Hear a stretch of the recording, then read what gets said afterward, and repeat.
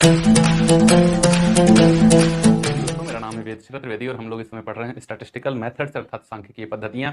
BCom third semester के students के लिए यह बुक बहुत ही इंपॉर्टेंट है क्योंकि न्यूमेरिकल पेपर के रूप में यह सब्जेक्ट बीकॉम थर्ड ईयर के स्टूडेंट्स को पढ़ना है और थर्ड सेमेस्टर डिस्क्रिप्टिव होना है, मतलब यहाँ से रिलेटेड आपको लिखित पेपर देना पड़ेगा। तो स्टैटिस्टिकल मेथड्स बहुत ही इंपॉर्टेंट बुक है जिसमें पिछले 5 वीडियो में आपको प्रोवाइड करा चुका हूँ। एकदम बेसिक पे भी चल रहा हूँ, सब कुछ बेसिक से एकदम स्टार्ट किया है और बेसिक इन्फॉर्मेशन ही आप तक पहुंचा रहा हूँ। यदि चैनल पर नए हैं तो चैनल को सब्सक्राइब जरूर कर लें, बेल आइकन को प्रेस कर लें ताकि आने वाले वीडियोस का नोटिफिकेशन आपको फटाफट बिना किसी विलंब के तुरंत मिल सके। तो चलिए स्टार्ट करते हैं। आज की अपनी सीरीज में देखने वाले हैं वो बहुत ही महत्वपूर्ण प्रश्न जो 100 में से 101% पक्का है कि आपसे पूछा ही जाएगा। किसी भी वर्ष का पेपर उठाकर देख लीजिए, स्टैटिकल एनालिसिस का या स्टैटिस्टिकल मेथड्स में, या इससे पहले जब ये बुक बिजनेस स्टैटिस्टिक्स के नाम से चलती थी तब आपसे प्राइमरी और सेकेंडरी डाटा से रिलेटेड एक क्वेश्चन बहुत ज्यादा पूछा जाता है, लगभग हर वर्ष पूछा गया है, जिसमें आपसे पूछा जाता है what is the difference between primary and secondary data, मतलब प्राथमिक और द्वितीयक समंकों में क्या अंतर होता है। और फिर आपसे पूछा जाता है methods of collecting primary data, अर्थात प्राथमिक समंकों को एकत्रित करने का क्या क्या क्या उसके लिए मेथड्स हैं, क्या विधियां हैं उनको कलेक्ट करने की। तो ये बहुत ही इंपॉर्टेंट क्वेश्चन बनता है। आज हम आपके सामने डिस्कस करने वाले हैं प्राइमरी डाटा और सेकेंडरी डाटा के कलेक्शन के मेथड्स क्या हैं, कैसे इनको कलेक्ट किया जाता है और दोनों में क्या डिफरेंस होता है। तो चलिए पहले बात करते हैं कि आखिर प्राइमरी डाटा और सेकेंडरी डाटा होता क्या है। प्राइमरी डाटा का तात्पर्य होता है जब कोई भी अनुसंधान करता है अर्थात इन्वेस्टिगेटर अपने द्वारा निश्चित उद्देश्य की पूर्ति के लिए लोगों के संपर्क में आकर प्रत्यक्ष रूप से उनसे सूचनाएं कलेक्ट करता है अपने उद्देश्य के अनुरूप। तो ऐसी सूचनाओं के प्राप्त करने की पद्धति को प्राइमरी डाटा कहा जाता है, अर्थात एक ऐसा डाटा जो किसी भी उद्देश्य की पूर्ति करने के लिए पहली बार कलेक्ट किया जा रहा है, इससे पहले उसका कलेक्शन कभी नहीं किया गया था, उसको कहते हैं प्राइमरी डाटा। सेकेंडरी डाटा का तात्पर्य है ऐसा डाटा जो किसी उद्देश्य की पूर्ति के लिए पहले से ही कलेक्ट किया जा चुका है। अब अनुसंधानकर्ता के द्वारा अपनी आवश्यकता की पूर्ति करने के लिए उसी डाटा का जो पहले से कलेक्ट किया जा चुका था किसी अन्य उद्देश्य की पूर्ति के लिए, उसी डाटा का प्रयोग किया जा रहा है, तो उस डाटा को कहा जाता है सेकेंडरी डाटा। तो प्राइमरी डाटा और सेकेंडरी डाटा, प्राइमरी डाटा जो पहली बार कलेक्ट किया जा रहा है, इससे पहले वो कभी कलेक्ट नहीं किया गया था। सेकेंडरी डाटा जो पहले से ही कलेक्ट किया जा चुका है और अब अनुसंधानकर्ता उसको अपने अनुरूप तैयार कर रहा है। जब मैं कह रहा हूं पर्सन टू पर्सन जाकर के उसको कलेक्ट किया जाएगा, तो आप इसमें एक चीज समझ सकते हैं कि इसमें समय और धन दोनों ही बहुत अधिक मात्रा में लगते हैं। मतलब जब प्राइमरी डाटा का कलेक्शन किया जाता है तो समय और धन दोनों ही बड़ी मात्रा में खर्च होते हैं, लेकिन अगर मैं सेकेंडरी डाटा को यूज कर लूं तो उसमें समय भी बहुत कम लगता है और धन भी बहुत कम लगता है, क्योंकि वो ऑलरेडी कलेक्टेड थे और हमको वही सूचना उन लोगों से ले लेनी है कुछ चार्ज दे करके। तो प्राइमरी डाटा अधिक समय लेता है और सेकेंडरी डाटा कम समय लेता है। प्राइमरी डाटा अधिक खर्चीला होता है और सेकेंडरी डाटा कम खर्चीला होता है। लेकिन अगर विश्वसनीयता की बात करेंगे तो प्राइमरी डाटा बहुत ही विश्वसनीय होता है, क्योंकि यहां अनुसंधानकर्ता प्रत्यक्ष रूप से संवाद स्थापित करता है और अपनी आवश्यकता के अनुरूप ही सूचनाओं को एकत्र करता है।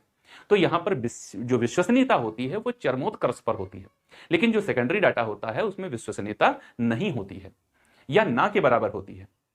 अगर निश्चित पद्धतियों को ध्यान में नहीं रखा गया तो वहां पर विश्वसनीयता होती ही नहीं है, क्योंकि वो ऑलरेडी किसी और ने किसी अन्य उद्देश्य के लिए कलेक्ट किया था। तो विश्वसनीयता के पॉइंट ऑफ व्यू से प्राइमरी डाटा बहुत ही विश्वसनीय होते हैं और सेकेंडरी डाटा कम विश्वसनीय होता है। अगर बात करी जाए गोपनीयता की, तो जो प्रारंभिक डाटा होता है वो गोपनीय रखा जा सकता है, क्योंकि वहां पर या तो प्रत्यक्ष रूप से या अपने प्रगणकों के द्वारा सूचनाओं को कलेक्ट किया जाता है। तो जो प्राइमरी डाटा है उसको गोपनीय भी रखा जा सकता है। लेकिन जो सेकेंडरी डाटा है वो ऑलरेडी पब्लिकली पब्लिश्ड है, वो ऑलरेडी पब्लिक में पब्लिश हो चुका है, तो उसमें गोपनीयता का अभाव होता है, मतलब आप इसको छुपा करके नहीं रख सकते हैं। अगर बात करेंगे हम लोग प्राइमरी डाटा की, तो यह एक सीमित क्षेत्र में, यह सीमित क्षेत्र के लिए बेहतर हो सकता है, क्योंकि अगर क्षेत्र बहुत व्यापक है तो यह बहुत खर्चीला और बहुत अधिक समय ले लेता है। सीमित क्षेत्र के लिए जो हमारा प्राइमरी डाटा कलेक्शन है वो बेहतर हो सकता है, लेकिन जो सेकेंडरी डाटा कलेक्शन है वो विस्तृत क्षेत्र के लिए भी उपयोगी हो सकता है। तो ये डिफरेंस होते हैं प्राइमरी और सेकेंडरी डाटा में। कहां? प्राइमरी और सेकेंडरी डाटा में। प्राइमरी मतलब जो पहली बार हुआ है वो प्राइमरी है, जो दूसरी बार हो रहा है वो सेकेंडरी है। प्राइमरी पहली बार कलेक्ट किया जा रहा होता है निश्चित उद्देश्य की पूर्ति के लिए, सेकेंडरी दूसरी बार यूज किया जा रहा होता है किसी अन्य के द्वारा। प्राइमरी डाटा जो होता है वो मूल रूप से अपनी ही अनुसंधान के अनुरूप कलेक्ट किया जाता है, इसलिए उसमें संशोधन करने की बहुत बड़ी आवश्यकता नहीं होती है। लेकिन सेकेंडरी डाटा किसी और ने किसी अन्य उद्देश्य के लिए ऑलरेडी कलेक्ट किया हुआ था, तो उसको यूज करने से पहले उसमें संशोधन का कार्य बहुत अधिक मात्रा में करना पड़ता है। प्राइमरी डाटा में त्रुटि होने की संभावना कम रहती है, प्राइमरी डाटा में त्रुटियां होने की संभावना कम रहती है, क्योंकि निश्चित उद्देश्य के लिए डाटा कलेक्ट किया गया था। सेकेंडरी डाटा में त्रुटियां होने की संभावना बहुत अधिक रहती है। अगर विशेषज्ञ व्यक्ति इसका एनालिसिस नहीं कर रहा है तो इसमें त्रुटियां होने की संभावनाएं बहुत अधिक विद्यमान रहती हैं। ये डिफरेंस है प्राइमरी और सेकेंडरी डाटा में। अब बात आती है कि आखिर प्राइमरी डाटा कलेक्ट करने के मेथड्स कौन कौन से हैं। ये क्वेश्चन आपसे चाहे कॉमर्स टीजीटी हो, कॉमर्स पीजीटी हो, कॉमर्स नेट हो, कॉमर्स में एएसओ हो, कॉमर्स में जीआईसी हो, कोई भी कॉमर्स से रिलेटेड आप परीक्षा दे रहे होंगे तो आपसे प्राइमरी और सेकेंडरी डाटा के क्वेश्चन बहुत पूछा जाता है। आपसे पूछा जाता है निम्न में से प्राइमरी डाटा कलेक्टिंग का मेथड है। आपको 4-5 पॉइंट होंगे, एक इसमें का होगा, 4 इसमें के होंगे। आपका बताना होगा प्राइमरी डाटा कलेक्शन का कौन सा मेथड है। या आपसे पूछेगा निम्न में से सेकेंडरी डाटा कलेक्शन का मेथड कौन सा है, तो ये नाम दिए होंगे, एक नाम इसका होगा, 3 नाम इसके होंगे। आपको बताना होगा ये सेकेंडरी डाटा मेथड है। बात क्लियर है। तो प्राइमरी सेकेंडरी डाटा के मेथड्स कौन कौन से हैं उनको हम लोग देखते हैं। सबकी अपनी अपनी विशेषताएं हैं। जब प्राइमरी डाटा में बात करेंगे तो इन 5 पॉइंट पर बात करेंगे, सेकेंडरी डाटा में भी 5 पॉइंट बात करेंगे और चलते हैं। बहुत ही विस्तृत तो बहुत ही सरलतापूर्वक इसको समझने का प्रयास करिएगा। जब हम लोग बात प्राइमरी डाटा की कर रहे होंगे तो पहला पॉइंट है प्रत्यक्ष व्यक्तिगत अनुसंधान, direct personal investigation. Direct personal investigation, direct का मतलब है प्रत्यक्ष रूप से, पर्सनल का मतलब है जिससे हमको सूचना लेनी है उसी के संपर्क में आए, इन्वेस्टिगेशन का मतलब है अनुसंधान अर्थात सूचनाओं को ग्रहण करना, सूचनाओं को निकलवाना, सूचनाओं को प्राप्त करना। इन्वेस्टिगेशन ज्ञान की खोज को ही अनुसंधान कहा जाता है, शुरुआत में बताया था। तो जब कोई व्यक्ति जब अनुसंधान करता है, इन्वेस्टिगेटर पर्सनल रूप से क्या करता है, प्रत्यक्ष रूप से किसी व्यक्ति के साथ संवाद स्थापित करता है और उससे सूचनाएं पूछता है, उससे सूचनाएं निकलवाता है, उससे सूचनाएं जानता है। तो ऐसी मेथड को क्या कहा जाता है, ये डायरेक्ट मेथड है। ये क्या है, डायरेक्ट डाटा कलेक्शन है, या प्राइमरी डाटा कलेक्शन है। लेकिन ये वहीं पर किया जा सकता है जब क्षेत्र जो है वो बहुत ही सीमित हो, संकुचित क्षेत्र होगा, तब इसका यूज किया जा सकता है। अगर क्षेत्र विस्तृत हो गया तो इसका यूज नहीं हो पाएगा, क्योंकि बहुत बड़े क्षेत्र में आप कहां कहां जाएंगे, कितने लोगों की टीम बनाएंगे, और अगर ऐसा कर रहे हैं तो खर्च बहुत अधिक आता है, समय बहुत अधिक लगता है। इस चीज को ध्यान में रखिएगा, अदरवाइज करना संभव है। और आज के समय में तो बहुत ईजी हो रहा है ये। आज के समय में कैसे ये डाटा कलेक्शन अब इस तरीके से नहीं होता कि लोग एक लोग डोर टू डोर जाकर के पूछेंगे। आज के टाइम में कलेक्शन कैसे होता है, आप सोच रहे होंगे कि गूगल हमको अपनी बहुत सारी फैसिलिटीज फ्री ऑफ कॉस्ट दे रहा है।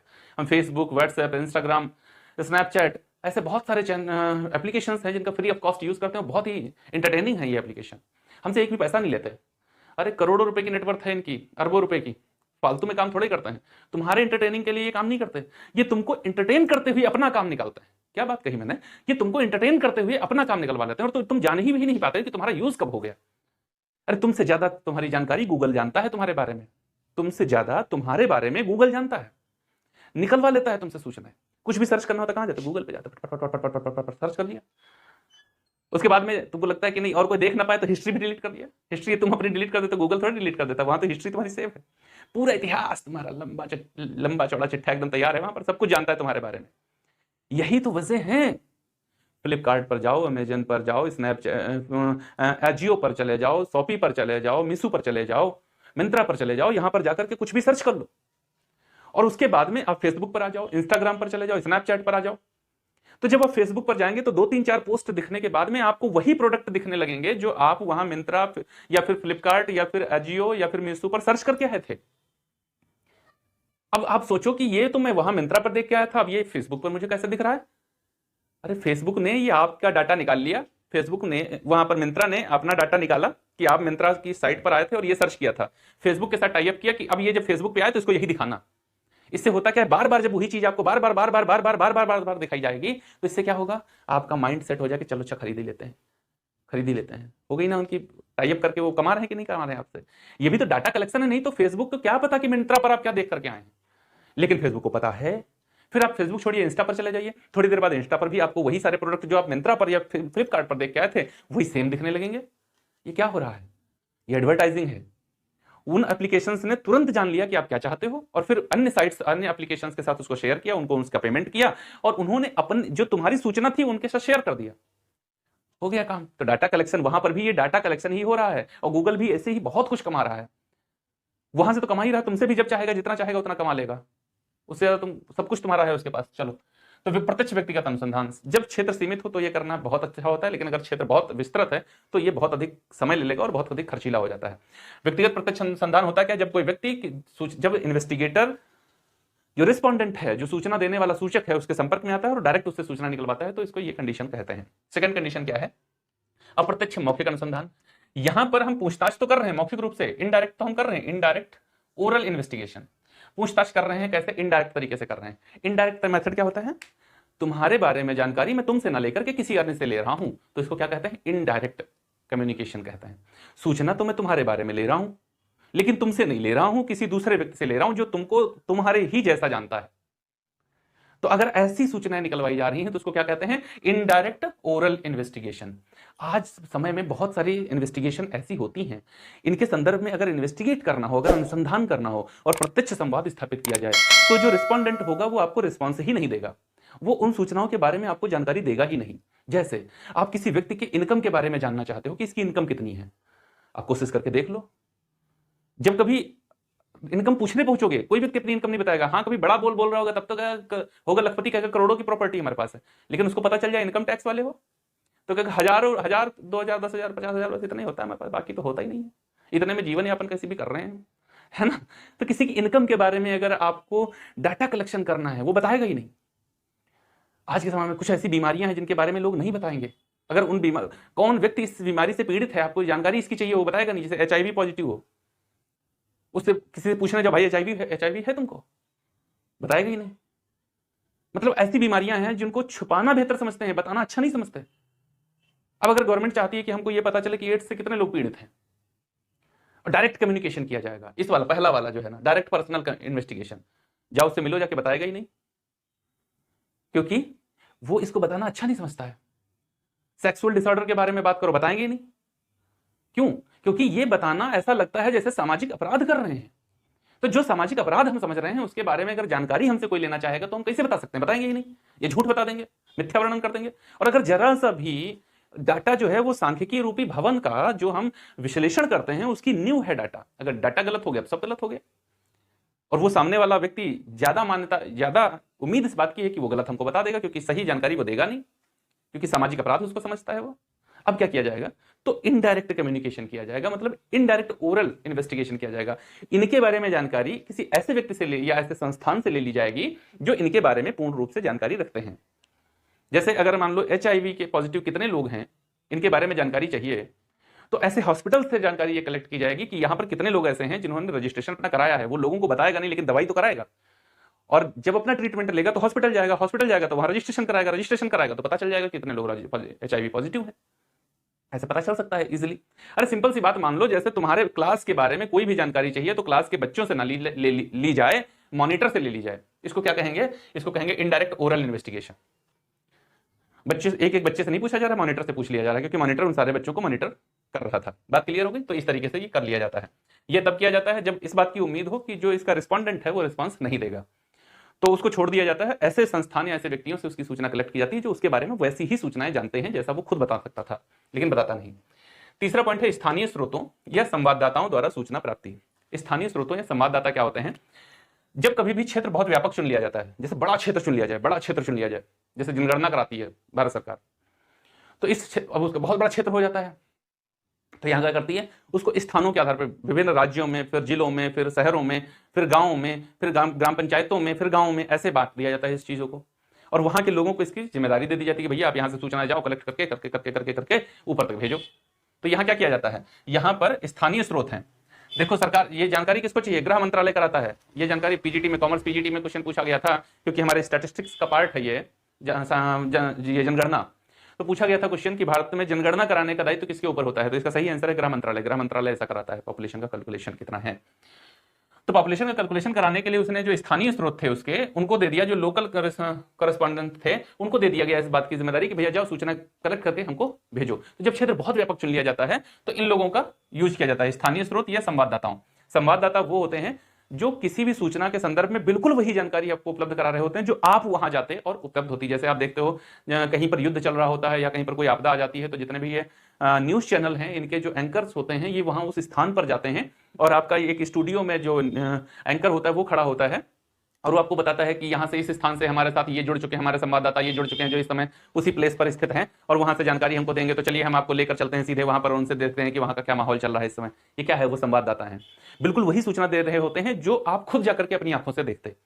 तो बिल्कुल ये कैसा होता है? ये एक प्राइमरी डाटा है और बिल्कुल वही सूचनाएं हमारे पास आती हैं जो वास्तविक रूप से हम खुद जाते हैं वहां पर कलेक्ट करते हैं, वैसी ही होती हैं ये। ठीक है ना? तो ये चीज होती है कंडीशन। सूचकों द्वारा प्रश्नावली भरवाकर, क्वेश्चनरी भरवाकर सूचना प्राप्त करना। क्वेश्चनरी और शेड्यूल, इन दोनों में अंतर होता है। अगला क्वेश्चन ही होगा हमारा शेड्यूल पर। प्रगणकों द्वारा अनुसूचियों को भरवाकर, प्रगणक कौन होते हैं? इनुमरेटर्स। प्रगणक कौन होते हैं? प्रगणक वो होते हैं जो इन्वेस्टिगेटर की हेल्प करते हैं। इन्वेस्टिगेटर कोई व्यक्ति है, कोई संस्था है जो इन्वेस्टिगेशन का काम कर रही है। अब इन्वेस्टिगेटर अकेले जाकर के तो ये बहुत बड़ा काम नहीं कर सकती, तो कुछ उसके हेल्पिंग हैंड्स होते हैं। जो हेल्पिंग हैंड्स होते हैं उनको इन्यूमरेटर अर्थात प्रगणक कहा जाता है। 3 कंडीशन होती है इन्वेस्टिगेशन में, इन्वेस्टिगेशन चैप्टर में पढ़ा चुका हूं। एक इन्वेस्टिगेटर होता है, एक इन्यूमरेटर होता है और एक रिस्पोंडेंट होता है। इन्वेस्टिगेटर वो होता है जो सूचनाओं को प्राप्त करना चाहता है, एन्यूमरेटर वो होता है जो ये चाह रखने वाले व्यक्ति की मदद करता है, और रिस्पोंडेंट वो होता है जो उसकी चाहत को ही पूरा करता है, मतलब सूचनाएं देता है। तो प्रश्नावली क्या होती है, क्वेश्चनरी क्या होती है, जहां पर क्वेश्चन दे दिए जाते हैं। कुछ क्वेश्चन, जैसे आपसे कहा गया कि आप अपने बारे में बताओ, ये क्वेश्चन हो गया। अब आप अपने बारे में क्या बताना चाहते हो, इसके लिए आपको स्वच्छंद छोड़ दिया गया है। आप क्या बताना चाहते हो, जिस क्षेत्र में आप जाना चाहते हो उस क्षेत्र में जाओ, जैसे बताना चाहते हो वैसे बताओ, ये आप इसके लिए फ्री हैं। तो अगर आपको सीधा प्रश्न करके फ्रीली कुछ भी बोलने के लिए छोड़ दिया गया है तो उसको प्रश्नावली कहा जाता है, ये क्वेश्चनरी है। ओके, जैसे आप एग्जाम देते हो तो एग्जाम में आपको प्रश्न पत्र मिलता है, अर्थात एक ऐसा पत्र जिसमें कुछ प्रश्न लिखे हुए हैं। अब आप उसका उत्तर क्या देंगे, ये आप स्वच्छंद हैं। कुछ बच्चे शायरी और गाना लिख करके चले जाते हैं, ठीक है, तो आप स्वच्छंद हैं उसका उत्तर देने के लिए। इसको क्या कहेंगे, इसको क्वेश्चनरी कहते हैं। क्वेश्चनरी का मतलब होता है जहां क्वेश्चन करके छोड़ दिया गया है कि आप इसका उत्तर दीजिए, कैसे देना चाहते हैं ये आपके ऊपर डिपेंड करता है। बाद में एडिटिंग जब होगी डाटा का तो उसमें हम अपने आवश्यकता अनुसार चीजों को निकाल लेंगे। उम्मीद ये होती है कि आप निश्चित और सटीक उत्तर ही देंगे। तो क्वेश्चनरी भरवाकर मतलब सूचकों द्वारा, सूचक कौन होते हैं, जो रिस्पोंडेंट होते हैं। देखो जो रिस्पोंडेंट्स हैं, जैसे हमसे किसी बारे में कोई जानकारी चाहिए तो हमको एक प्रश्न दे दिया गया कि आप इस प्रश्न का उत्तर दीजिए, तो मुझे ही सूचना देना है। मैंने वो प्रश्न पढ़ा, अपने बारे में उत्तर मैंने वो जो कुछ मुझे देना था वो मैंने दे डाला। इसको कहते हैं सूचकों द्वारा। सूचकों मतलब सूचना देने वाले के द्वारा। क्वेश्चनरी मतलब प्रश्न पत्रों को भरवा करके या प्रश्नावली को भरवा करके। प्रश्नावली जहां पर प्रश्नों का एक समूह है, 10-12 प्रश्न जो भी पूछे जाने थे हमसे वो पूछ लिए गए। जैसे मेरे से कुछ पूछना हो तो हमसे पूछ लिया कि आप अपने बारे में पूरा व्याख्यान दीजिए, आप अपनी एजुकेशन के बारे में बताइए, आप अपने लिविंग प्लेस के बारे में बताइए, आप अपनी सक्सेस के बारे में बताइए, आप अपनी एजुकेशन के बारे में बताइए। ये चीजें उसने पूछ लिया और मैं इनका उत्तर दे रहा हूं। तो ये क्या हो रहा है, मैं क्वेश्चनरी को रिस्पॉन्ड कर रहा हूं। उसने हमसे क्वेश्चनरी करी, हमको प्रश्नावली दी और मैंने उसका उत्तर उसको दे दिया। उम्मीद ये होती है कि मैं सही जानकारियां ही उसको दूंगा। तो ये हो जाता है। लास्ट पॉइंट है प्रगणकों द्वारा। देखो यहां पर रिस्पोंडेंट को टारगेट किया जा रहा था, सीधे उन व्यक्तियों, उन सूचकों को टारगेट किया जा रहा था जो सूचना देने वाले हैं, उन्हीं से क्वेश्चनरी भरवाया। यहां क्या किया, प्रगणकों, प्रगणक का भी मैंने आपको बताया। इन्यूमरेटर कौन होता है, देखो इन्यूमरेटर्स को टारगेट किया गया। इन्यूमरेटर कौन होता है, इन्यूमरेटर का तात्पर्य, इन्यूमरेटर का तात्पर्य होता है ऐसा व्यक्ति जो इन्वेस्टिगेटर की हेल्प कर रहा है, ऐसा व्यक्ति जो इन्वेस्टिगेटर की हेल्प कर रहा है। अब इन्वेस्टिगेटर की हेल्प कौन कर रहा है, उसको कहते हैं इन्यूमरेटर। तो इन्यूमरेटर को शेड्यूल भेज दिया गया। यहां पर इसके लिए क्या कहते हैं, शेड्यूल्स। शेड्यूल्स क्या होते हैं, जिसमें आप परिवर्तन नहीं कर सकते। जैसे बैंकिंग कंपनी का बैलेंस शीट अगर आप देखें, बैंकिंग कंपनी का पीएल अकाउंट देखें, इंश्योरेंस कंपनी का पीएल अकाउंट देखें, तो वहां पर शेड्यूल्स होते हैं कि इन्हीं शेड्यूल्स में आपको आंसर देना है। इन्हीं शेड्यूल मतलब निश्चित कर दिया गया। जैसे आप एग्जामिनेशन फॉर्म अपना भरते हो, वो प्रश्नावली नहीं, वो शेड्यूल है। आपका नाम, पापा का नाम, क्लास क्या है, उसके बाद में वर्क कौन सा है, उसके बाद में जाति कौन सी है, धर्म कौन सा है, सब्जेक्ट कौन से हैं, फैकल्टी कौन सी है, ये सब कुछ जो जहां पर लिखा है उसका उसी निश्चित स्थान पर आंसर देना और निश्चित शब्दों में ही देना। इसको क्या कहते हैं, इसको क्वेश्चनरी कहते हैं। इसको क्या कहते हैं, शेड्यूल कहते हैं। यहां पर शेड्यूल्ड है कि इसका आंसर इसी जगह दोगे और ऐसे ही दोगे, ये शेड्यूल्स होता है। तो प्रगणकों के द्वारा प्रगणक क्या करते हैं, लोगों से संपर्क करते हैं, उनसे सूचनाएं निकालते हैं।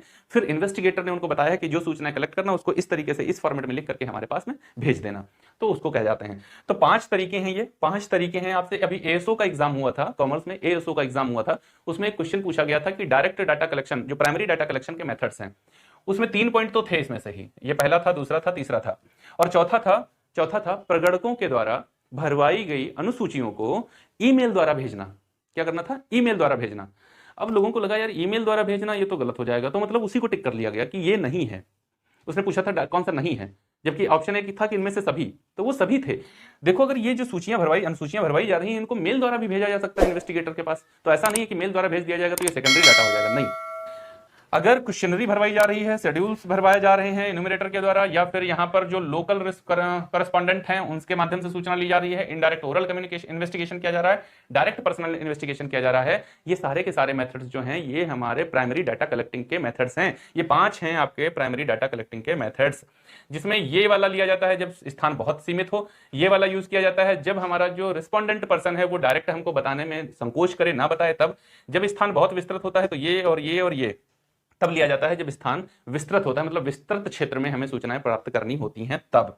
ओके, अब चलते हैं सेकेंडरी डाटा। सेकेंडरी डाटा मतलब जिसको पहले से ही किसी ने कलेक्ट करवाया, पब्लिश करवाया, फिर हमको आवश्यकता है और हमने वही वाला डाटा यूज कर लिया, उसमें कुछ चेंजेस करके, अपनी आवश्यकता अनुसार कुछ चेंजेस करके मैंने वही वाला डाटा अपने अनुसार उसको बना लिया, तो उस डाटा को क्या कहा जाता है? सेकेंडरी डाटा कहा जाता है। सेकेंडरी क्यों? क्योंकि मैं सेकंड टाइम यूज कर रहा हूं, थर्ड टाइम यूज कर लूं तो भी सेकेंडरी, क्योंकि फर्स्ट टाइम किसी और ने किया, सेकंड टाइम किसी और ने किया, मेरे लिए वो द्वितीयक समंक है।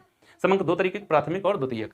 तो देखो कौन कौन से होते हैं सेकेंडरी डाटा। पहला है सरकारी प्रकाशन। सरकारें बहुत सारे प्रकाशन अलग अलग मतलब डाटा कलेक्ट कराती रहती हैं बहुत सारे क्षेत्रों के संदर्भ में, और फिर उनका पब्लिकेशन, एनुअल पब्लिकेशन मोस्टली कराती हैं सरकारें, तो एनुअल पब्लिकेशन भी होता है।